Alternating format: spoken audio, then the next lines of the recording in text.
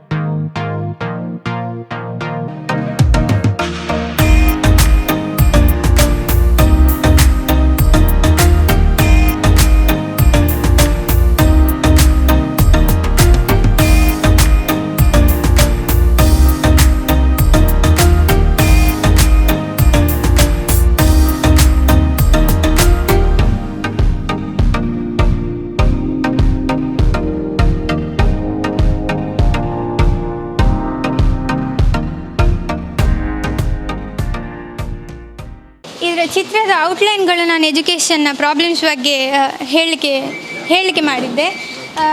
ಈ ಔಟ್ಲೈನಲ್ಲಿ ಒಂದು ಮಗುವಿಗೆ ಶಿಕ್ಷಕರು ಅಥವಾ ಪೋಷಕರು ತಲೆಗೆ ಪುಸ್ತಕವನ್ನು ತುಂಬಿಸಿದ ಹಾಗೆ ಮಾಡಿದ್ದೇನೆ. ಕೈಯಲ್ಲಿ ಒಂದು ಮಗು 100 ಮಾರ್ಕ್ಸ್ ಅಂತ ಹಿಡ್ಕೊಂಡು 100 ಮಾರ್ಕ್ಸ್ ಅಂತ, ಅಂದರೆ ಪೋಷಕರು ಬರೀ ಮಾರ್ಕ್ಸ್ ಕೇಳ್ತಾರೆ, ಮಾರ್ಕ್ಸ್ವಾದಿಗಳು ಪೋಷಕರನ್ನು ತೋರಿಸ್ಲಿಕ್ಕೆ ಅದನ್ನು ಮಾಡಿದೆ. ಹಾಗೆ ತುಂಬ ಹೊರೆ ಉಂಟಲ್ಲ ಮಕ್ಕಳಿಗೆ, ಹಾಗೆ 100 ಮಾರ್ಕ್ಸ್ ಎಲ್ಲರೂ ತೆಗಿಲೇಬೇಕು ಅಂತ ಒಂದು ಹೊರೆ, ಅದನ್ನು ತೋರಿಸ್ಲಿಕ್ಕೆ ಮಾಡಿದ್ದೇನೆ. 2ನೇ ಚಿತ್ರದಲ್ಲಿ ಒಬ್ಬ ಶಿಕ್ಷಕ ಕೈಯಲ್ಲಿ ಕೋತಿಯನ್ನು ಹಿಡ್ಕೊಂಡಿದ್ದಾನೆ, ಅಂದರೆ ಮಕ್ಕಳು ಸರ್ಕಸ್ಸಿನ ಕೋತಿ ಆಗಿದ್ದಾರೆ, ಅದನ್ನು ತೋರಿಸಲಿಕ್ಕೆ. ಅಂದರೆ ಟೀಚರ್ ಹೇಳಿದ ಹಾಗೆ ಮಾಡೋದು, ಹೇಳಿದಷ್ಟೇ ಮಾಡೋದು ಅದು. ಈ ವರ್ಷ ನಾನು 10ನೇ ಎಕ್ಸಾಮನ್ನು ಬರಿತಾ ಇದ್ದೇನೆ. ನಾಡಿದ್ದೆ 19ಕ್ಕೆ ಎಕ್ಸಾಮ್. ಸೊ ಅದಕ್ಕಿಂತ ಮುಂಚೆ ನಾನು ಹೇಗೆ ಕಲಿತೆ, ನನಗೆ ಸುಲಭ ಆಗುವ ರೀತಿಯಲ್ಲಿ ನಾನು 10th ಸ್ಟ್ಯಾಂಡರ್ಡ್ನ ಸಬ್ಜೆಕ್ಟ್ಸನ್ನು ಹೇಗೆ ಕಲಿತೆ, ರಿಕಾಲ್ ಹೇಗೆ ಮಾಡಿದೆ, ಅದನ್ನು ಬೇರೆ ಮಕ್ಕಳಿಗೆ ತೋರಿಸಬೇಕು ಅಂತ ಅನಿಸಿತು. ಅದಕ್ಕೋಸ್ಕರ ಒಂದು ರೆಕಾರ್ಡ್ ಮಾಡಿದ್ದೇನೆ. ಆ ರೆಕಾರ್ಡ್ ಟೈಟಲ್ ಏನಂತ ಹೇಳಿದರೆ India book of records. Title ಏನಂತ ಹೇಳಿದರೆ ಇನ್ಕ್ರೆಡಿಬಲ್ ವಿಜುವಲ್ ಮೆಮೊರಿ ಆರ್ಟಿಸ್ಟ್ ಅಂತ. ವಿಜುವಲ್ ಮೆಮೊರಿ ಆರ್ಟ್ ಅಂತ ಹೇಳಿದರೆ ನಮ್ಮ ಸ್ವರೂಪದಲ್ಲಿ 10 ಟೆಕ್ನಿಕ್ಸ್ ಉಂಟು. ಅಂದರೆ ಒಂದು ಮಗುವಿಗೆ ಸುಲಭ ಆಗಬೇಕು ಕಲಿಯೋದು, ಅಂದರೆ ನೆನಪಲ್ಲಿ ಇಟ್ಕೊಳ್ಳಿಕ್ಕೆ ತುಂಬ ಕಷ್ಟಪಡ್ತಾರೆ ಮಕ್ಕಳು. ಅದು ಸುಲಭ ಆಗಬೇಕು ಅಂತ ಹೇಳಿ 10 ಮೆಮೊರಿ ಟೆಕ್ನಿಕ್ ಮಾಡಿದ್ದೇವೆ. ಅದರಲ್ಲಿ ಒಂದು ವಿಜುವಲ್ ಮೆಮೊರಿ ಆರ್ಟ್ ಅಂತ ತುಂಬ ಟೆಕ್ನಿಕ್ಸ್ ಉಂಟು. ಸೊ ಈ ಟೆಕ್ನಿಕಲ್ಲಿ ನಾನು ಒಂದೊಂದು ಸಣ್ಣ ಚಿತ್ರದಲ್ಲಿ ನಮ್ಮ 10th 6 ಸಬ್ಜೆಕ್ಟ್ಸನ್ನು ಸಹ ಡೆಪಿಕ್ಟ್ ಮಾಡಿದ್ದೇನೆ ಒಂದೊಂದು ಸಣ್ಣ ಚಿತ್ರದಲ್ಲಿ, ಮಿನಿಯೇಚರ್ ಆರ್ಟ್ಸಲ್ಲಿ.